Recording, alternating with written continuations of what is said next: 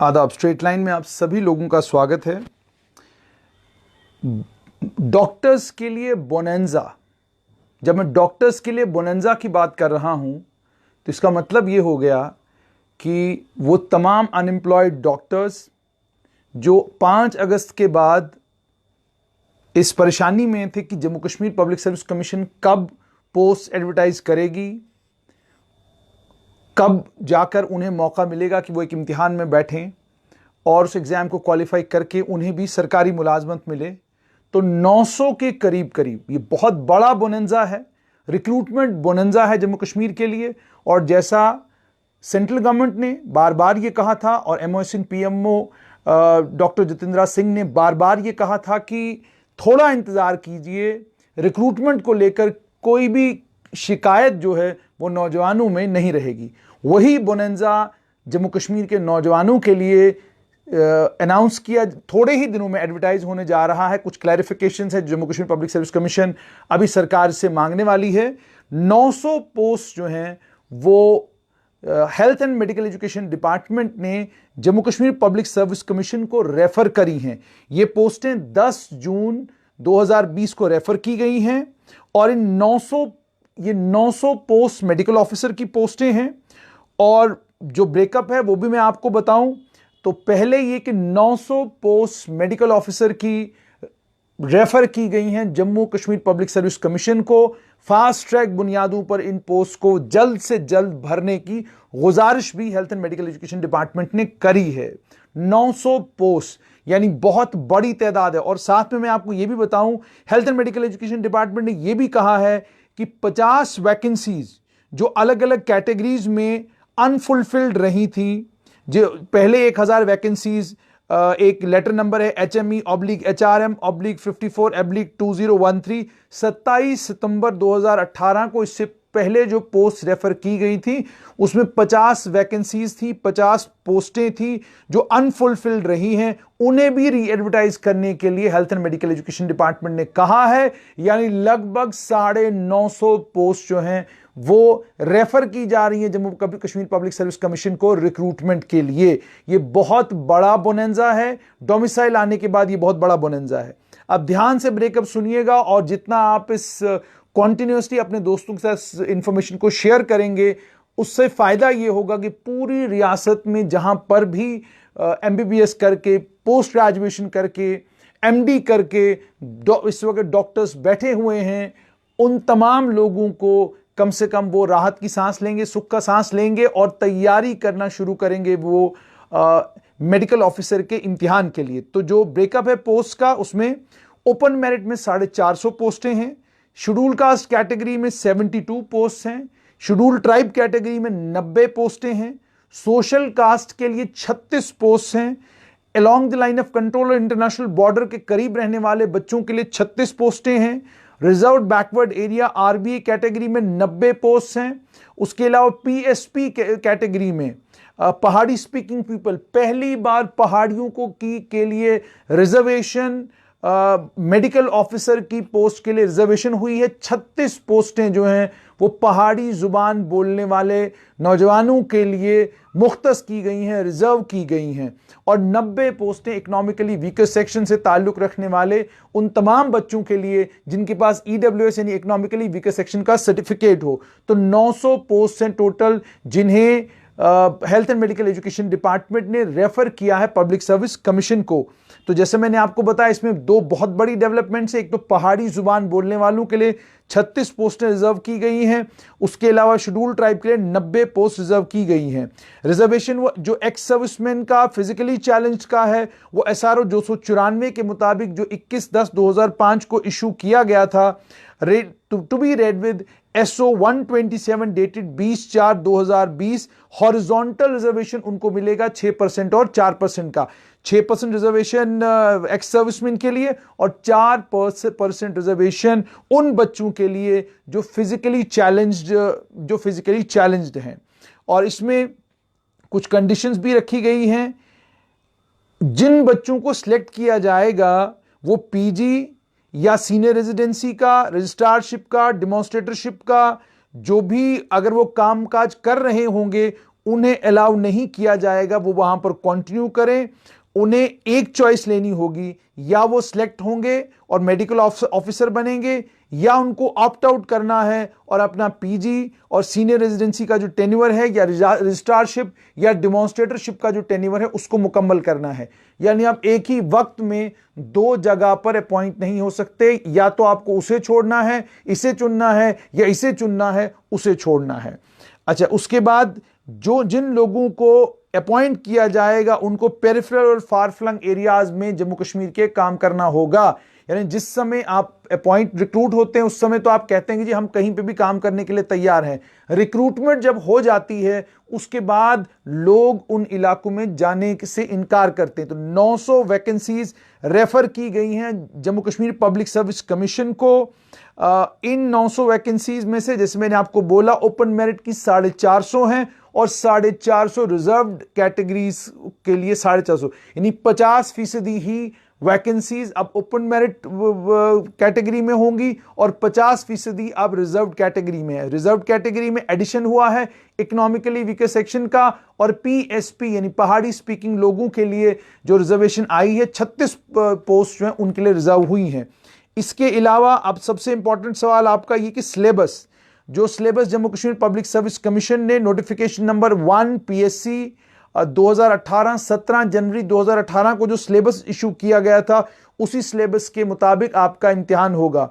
Scheme यह है hospital and patient care appraisal, department and service units, basic anatomy, basic physiology और microbiology इसमें आएगी, medical terminology, biostatistics, health care organization के अलावा मेडिकल रिकॉर्ड साइंस और उसके अलावा इंटरनेशनल क्लासिफिकेशन ऑफ डिजीजेज, ये आपका सिलेबस रहेगा। और इस सिलेबस में क्या कुछ है, ये सिलेबस आपको Jammu Kashmir public service commission की वेबसाइट से मिलेगा। इस सिलेबस को फौरन आप डाउनलोड करें और आप तैयारी करना शुरू करें।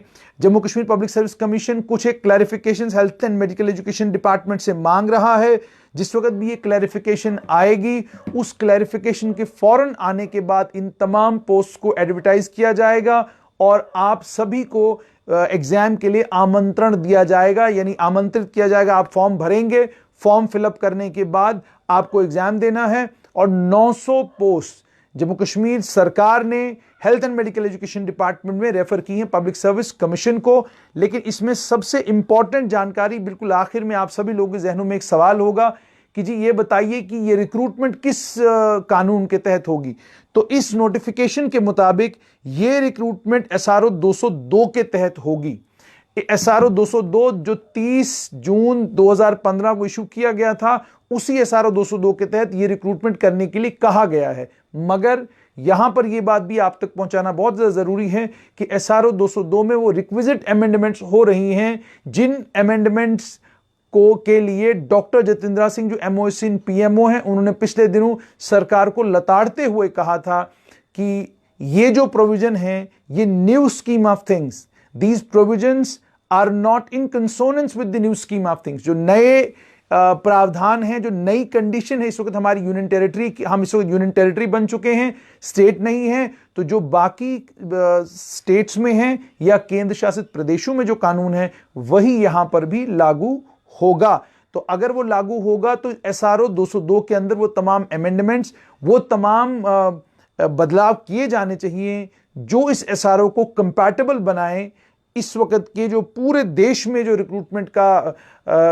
के प्रोसेसेस हैं उसके साथ कंपैटिबल बनाएं। क्योंकि अगर ये देश भर के रिक्रूटमेंट के प्रोसेस के साथ कंपैटिबल नहीं होते तो फिर इन कानूनों का जिंदा रहना ना तो बच्चों के लिए ठीक है और ना ही सिस्टम के लिए ठीक है। उन्होंने ये कहा था कि एडमिनिस्ट्रेटिव प्रूडेंस का भी ख्याल रखा जाए, लेकिन जो बच्चों की तमन्नाएं हैं, जो बच्चों की आशाएं और उम्मीदें हैं, उनका भी ख्याल रखा जाए। तो एसआरओ 202 के तहत 900 मेडिकल ऑफिसर की पोस्टों को रेफर किया है health and medical education department ने Jammu Kashmir public service commission को। उम्मीद ये कि एसआरओ 202 के अंदर वो तरामीम, वो अमेंडमेंट्स हो जाएंगी जो मैंडेटरी हैं। दूसरी इंफॉर्मेशन आप तक ये पहुंचाएं कि जो 7000 से ज्यादा पोस्टें रेफर की गई थी एसएसआरबी को, उन पोस्ट की एडवर्टीजमेंट्स अभी नहीं निकल रही हैं, उसको लेकर भी आप लोग परेशान हैं।